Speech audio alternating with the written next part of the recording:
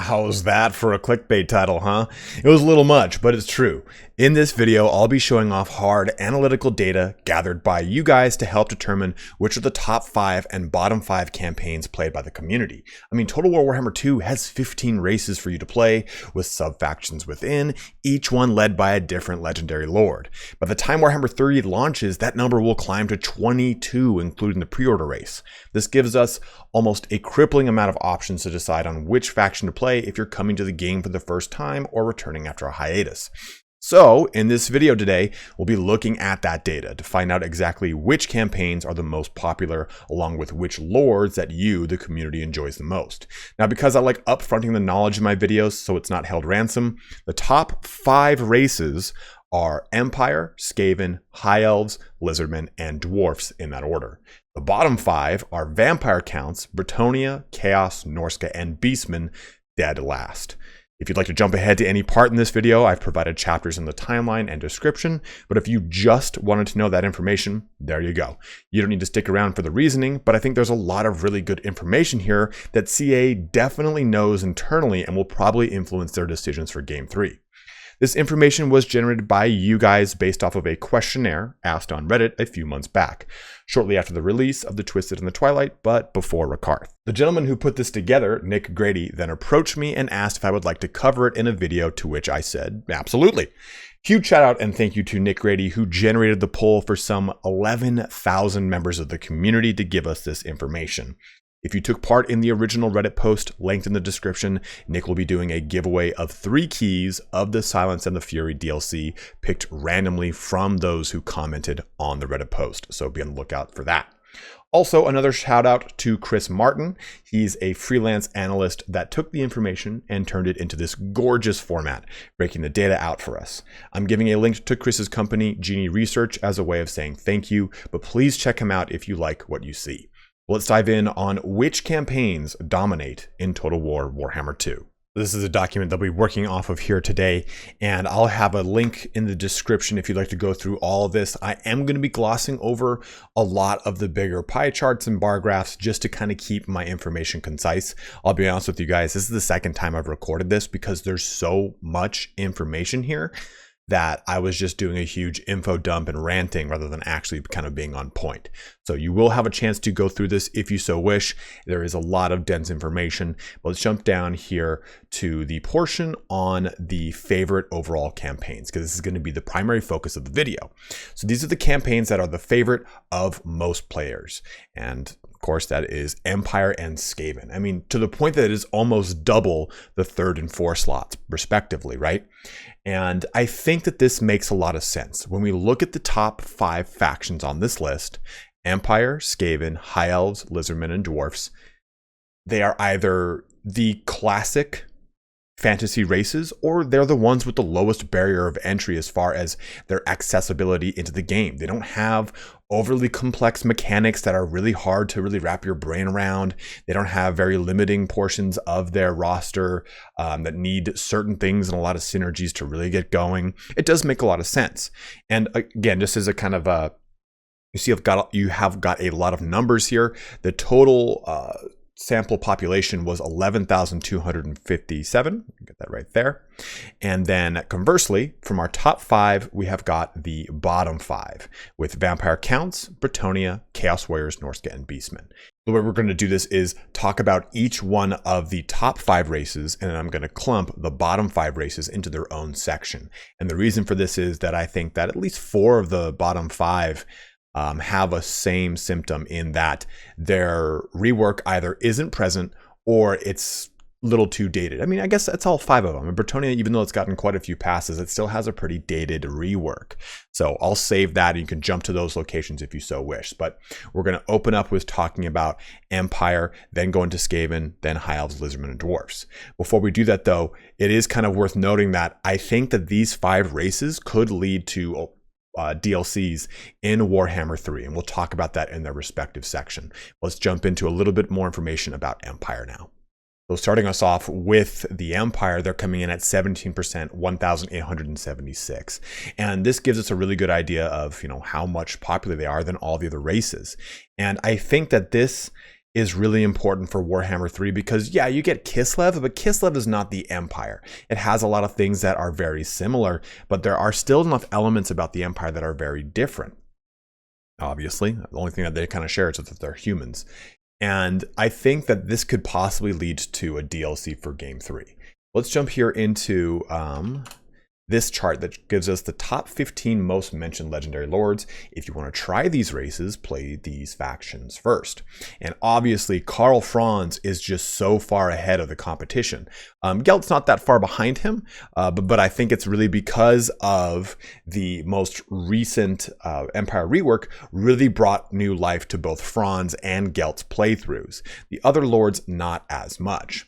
So if we jump over again to this chart, we can see how this all breaks out. So people that play the Empire, the majority of them choose Franz and Balthazar Gelt.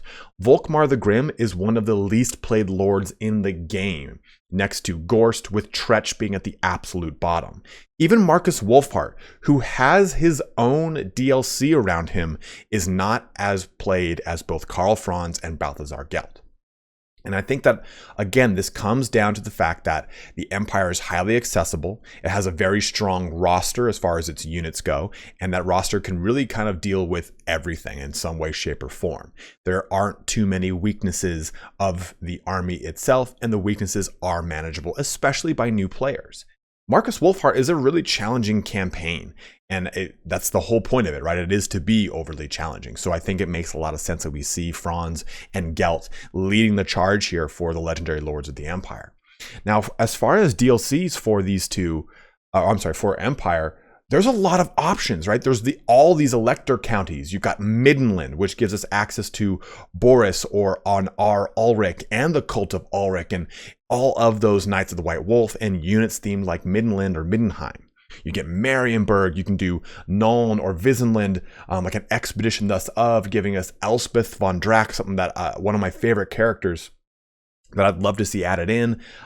Averland, Ostland, that you have so many different options for DLC for Total War Warhammer 3. And I think with the fact that this has such a high amount of players that enjoy Empire, it's one that we're very likely to see in some way, shape, or form, probably after both the pre-order race is announced, and if the pre-order race is not ogres or dwarfs, the most likely first campaign pack will be that alternative that was not the pre-order race. And I think after that, we'd probably see an Empire-themed DLC.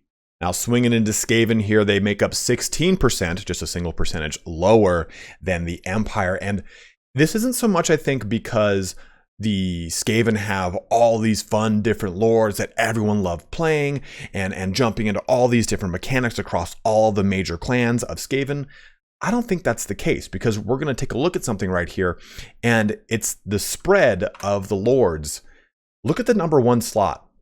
Almost everyone plays Ikit Claw that plays Skaven. In fact, he is the most mentioned and popular legendary lord in the game, even above the meme lord Cetra. It's worth mentioning, though, that the Tomb Kings are the most played DLC when it comes to the DLC factions. So it's important to note that, because this might mean that we could possibly get an expansion to Tomb Kings in the future. But even looking at the legendary lord spread, we saw with the Emperor, it was pretty much Karl Franz led the way, with Gelt not that far behind. But looking at Ikit Claw, he astronomically blows the other ones out of the water, with a 69% here compared to Snikch, Throt, Queek, Skrulk, and we already talked about Tretch being the bottom of the barrel when it comes to people selecting legendary lords. You can see if I scroll up just a little bit, the actual choice for Tretch is down here at the very bottom, with Volkmar at that second to last. So you can really get a sense for how much people don't really enjoy Tretch, and that makes sense. He doesn't have a ton of mechanics, not like Ikit Claw does. The Skaven Space Marine has got so much going for him with the Clan Scryer Labs, with the ability to really kind of custom build out those individual mechanics for Scryer that makes him so unique. Also, I truly believe that nukes play a big portion of his playthrough popularity, because killing huge swaths of unit is intoxicatingly fun. When the game first came out, a lot of people would play Techless because they liked using the Chain Lightning ability and racking up 400 kills in one battle because they were ripping through Skaven slaves and the such. I think it's really a lot of the same thing here with Ikit Claw.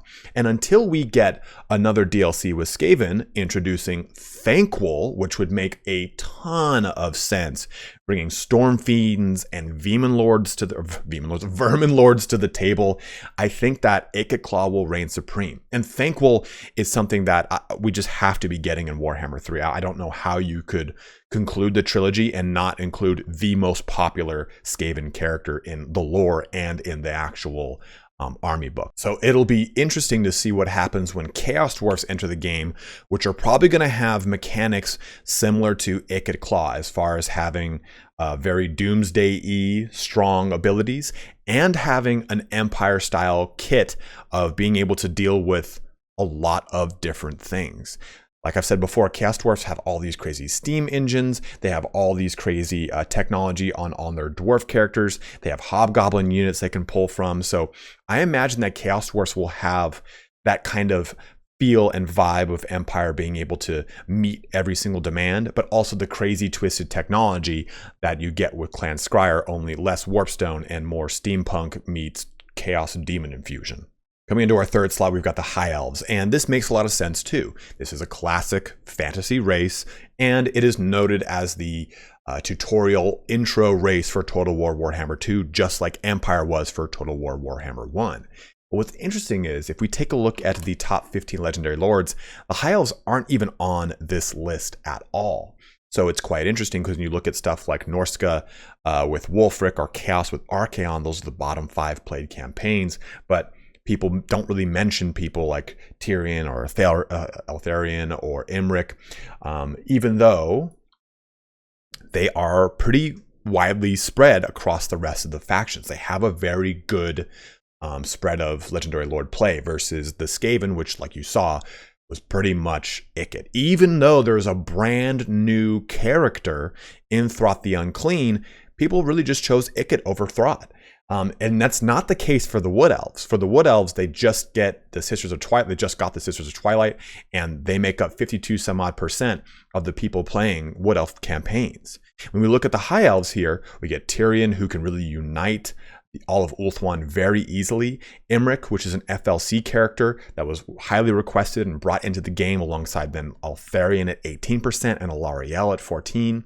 And all 4 of those characters are very strong, very fun and thematic characters that bring a lot of really interesting mechanics to the table.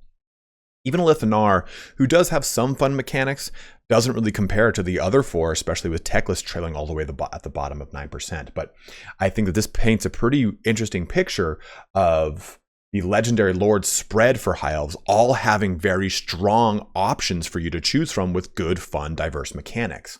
Also, this opens the gate because we still don't have the Lothern Skycutter, which could be a DLC alongside Acelin, the Sea Helm, also Anointed of Assyrian and Merworms. There are still some things in the tank for High Elves. And if we take a look at them being as the 3rd highest played faction in Total War Warhammer 2, I think that they could possibly be squeezed into Total War Warhammer 3. Coming in 2% lower, Lizardmen swing us in at number 4 on the top 5 list. And what's interesting about the bottom 2 here is Lizardmen and Dwarfs. They do have kind of semi-broken campaigns in a lot of sense. There are still a lot of things with the Lizardmen, like the Geomantic Web, Nakai's Vassal system, that are pretty boring or broken or just don't really work right. So it's interesting that even though we're getting another DLC with Oxayotl, we still have some stuff missing with the Lizardmen.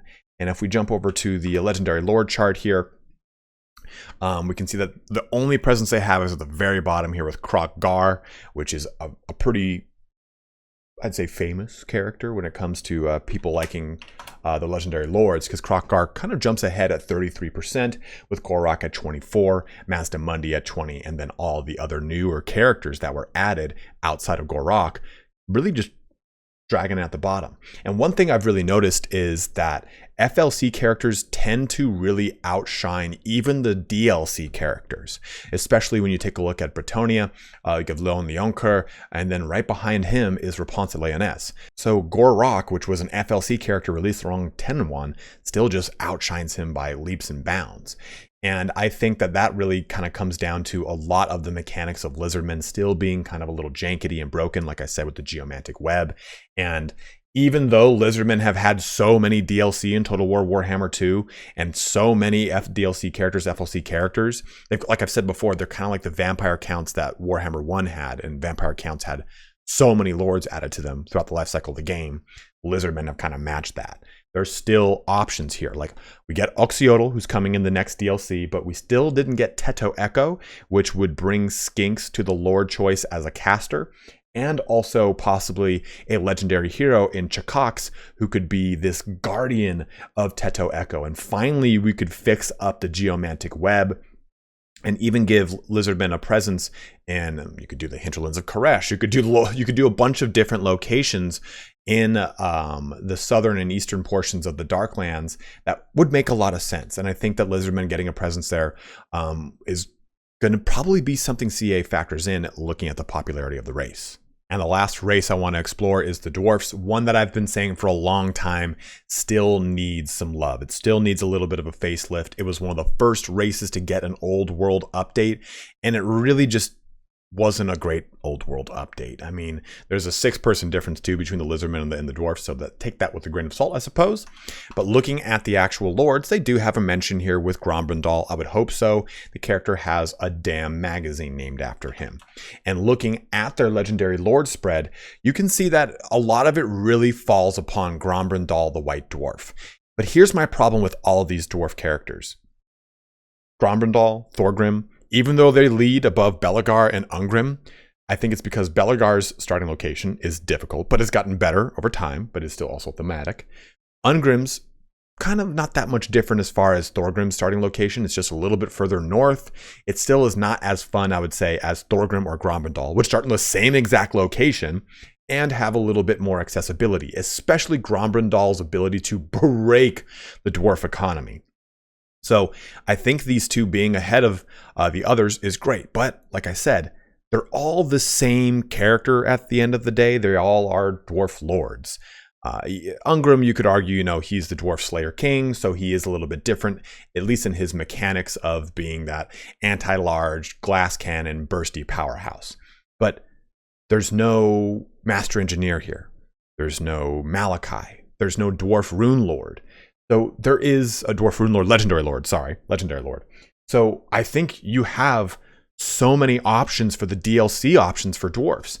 And I've said this so many times before, right? Thoric Ironbrow, Yosef Bugman, Malachi, you've got Grim, you've got so many options to go into Master Engineers, into all the Master Engineer Slayer with Malachi. You've got a lot of different things you can jump into that I'd really love to see the dwarfs expanded upon. And the dwarfs have a lot of viability as far as expansions to their roster to help them fight a lot of the bigger and scarier things that are coming in Total War Warhammer 3. Not to mention their twisted dark cousins in the Chaos Dwarfs, who are going to outclass them because they're going to have almost the exact same armament as the dwarfs, but also monstrous creatures to just slap apart the dwarfs in the meantime. So it'll be very interesting to see if we get a Chaos Dwarf versus Dwarf DLC, which would make a lot of sense considering how popular a race that is a classic fantasy race and is in the top 5 considering how kind of one note all the legendary lords are and how relatively flat the campaign is. So consider those things when you take a look at that popularity, noting that, of course, like the Vampire Coast, which is custom built from the ground up, is not as popular as the dwarfs, which have been in the game since the beginning and really don't shine as well as some of the newer old world updates. And the last part to go into are the bottom 5 races: Vampire Counts, Bretonnia, Chaos Warriors, Norska, and Beastmen. And Vampire Counts and Bretonnia also are races just like dwarfs that were subject to some of the very first old world updates that have since been so much bigger and better as the game has gone on, as Total War Warhammer 2 has progressed. So they really kind of got stuck with that guinea pig syndrome of, hey, we're going to try these things out, and then we're going to expand on them in other DLCs for other races. And when we look at the legendary lords, we see Vlad von Karstein really leading the charge here, which just makes so much sense as far as his campaign mechanics and the ability to overlap with other lords. And I really think that there's a lot of options to expand vampire counts in Game 3, right? We talked about Neferata in the video on anticipated lords, linked in the upper right corner. We've also talked about expanding the bloodlines bunch of different options with the vampire counts. And Bretonnia here, Lowen is really leading things almost neck and neck with Rapunce, and Rapunce has just so many cool characteristics going for her in her campaign starting in the northern portions of the Southlands. So many cool army features. And there are like 5 million Bretonnian characters that they could possibly choose to expand and play into Warhammer 3, doing some sort of glorious crusade into some random portion of the Darklands. Like the narrative choices for Bretonnia, placing them anywhere on the map is pretty high, just like Skaven, right? Oh, Skaven just have an under empire here. Well, Bretonnia's doing a chivalric crusade here. Like all sorts of random stuff like that. And Chaos, I mean, I think we all know that Warriors of Chaos needs a huge overhaul with Game 3, adding in some of that flavor from the Chaos Gods that we know are going to be part of the Chaos Demons. Will we get mortal Chaos dedicated units? Will we get Chaos Demons in an undivided Warriors of Chaos? Time will really tell. And they really just need a huge overhaul with that Horde system. Norska here too needs a huge uplift because everyone just plays Wolfric, as Throg is really just the beat stick of the entire faction. And lastly, Beastmen, which should be getting a update here in its next DLC coming, bringing Taurox the Brass Bowl. We don't know though how they're going to deal with the Horde mechanics of Beastmen and their overall game mechanics. And hopefully those mechanics will bleed into Chaos and maybe even Norska a little bit to make those better campaigns. I'd really like to see what this looks like at the very end of Total War Warhammer 2, right? Like a day before 3 launches. What does this spread look like? Do the Chaos Warriors, Norska, and Beastmen populate upwards because they have just become much better campaigns and solid campaigns, and now people want to play through them more? Even the Greenskins here, right? I mean, they're 6 from the bottom, even though they just got a beautiful rework, and they're way more fun to play with way more engaging character narratives and mechanics. I like them so much more, and I hate the Greenskins. It's weird when a guy who likes the High Elves the most is vying for the Dwarfs most amongst everyone. So it's a really interesting bit of information here to take a look at who is the most popular and who is the least popular, and the huge disparity between those numbers. And at that, guys, it brings our video here to a close. I'm just going to close out really quick with talking about the Tomb Kings, because they still do have a couple little options here to jump into with like Xandri ships, Bostetti, Tomb Barge, Kemric Titans. We didn't see Ram Hotep, so there is an option there. And the reason I bring this up is because it is the most popular DLC race, even though Vampire Coast is an amazing race in and of itself. So there is a possibility of expanding this in Warhammer 3 just because of that popularity. But I think if we look at some of the options for races with the Southern Realms, with the Southern Realms being Tilia, Estalia, Dogs of War, as it were, Chaos Dwarfs, Ogre Kingdoms, any of the other things that they want to do, I think Tomb King expansion is probably very low upon the list, but I did want to mention it as Creative Assembly does really enjoy Tomb Kings internally. I know it's Grace's favorite faction. But guys, go ahead and let me know what you think about this in the comment section below, because this is a lot of dense information. You know, learning a little bit about how the analytical data behind this influences future DLC is probably going to be pretty interesting.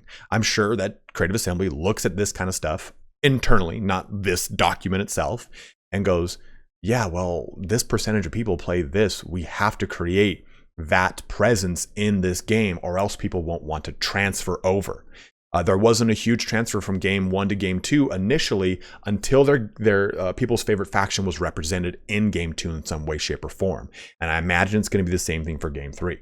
So as always, thank you so much for watching here today. A huge shout out once more to Nick and Chris. You can find the link to this